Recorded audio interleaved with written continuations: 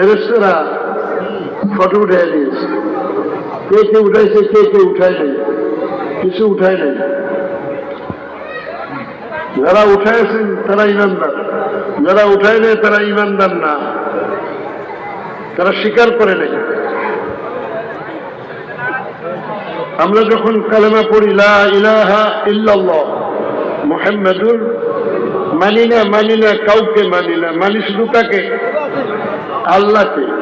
জবানে বলি, আমলে করি না। কি বলেন, ঠিক না?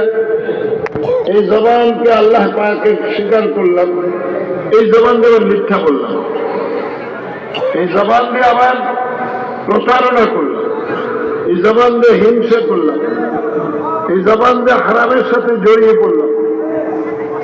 আল্লাহ পাকের হাবিব মুহাম্মদুর রাসূলুল্লাহ সাল্লাল্লাহু আলাইহি ওয়াসাল্লাম যা নিষেধ করেছেন তা বেশি করি।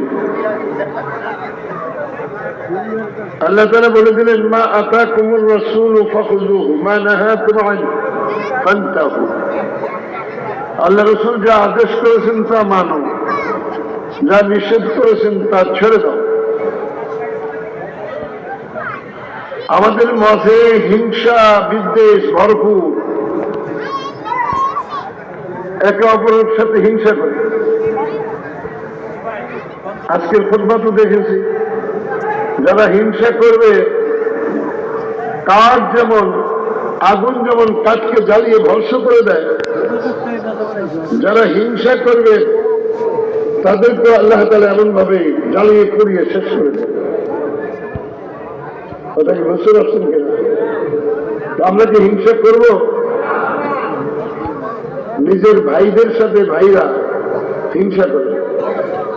এক ভাই হয়তো বেশি পয়সা বেশি, আরেক ভাই কম, বেশি পয়সাওয়ালা কম পয়সাওয়ালার হিংসা বিদ্বেষ করে। এর কাছে জায়গা যেগুলি আছে এগুলি নিয়ে যায়। এরকম আছে রে ভাই, এরকম আছে রে সমাজে। আপন ভাই এরপরে কথা বলে না, আপন ভাইয়ের সাথে কথা বলে না, অথচ আল্লাহ তাআলা হাবিব মুহাম্মদুর রাসূলুল্লাহ সাল্লাল্লাহু আলাইহি ওয়াসাল্লামের সাথে বলে দিয়েছেন, যাদের সাথে দেখা হবে তোমরা আগে দেখা হওয়ার সাথে সাথে আসসালামু আলাইকুম ওয়া রাহমাতুল্লাহি ওয়া বারাকাতুহু।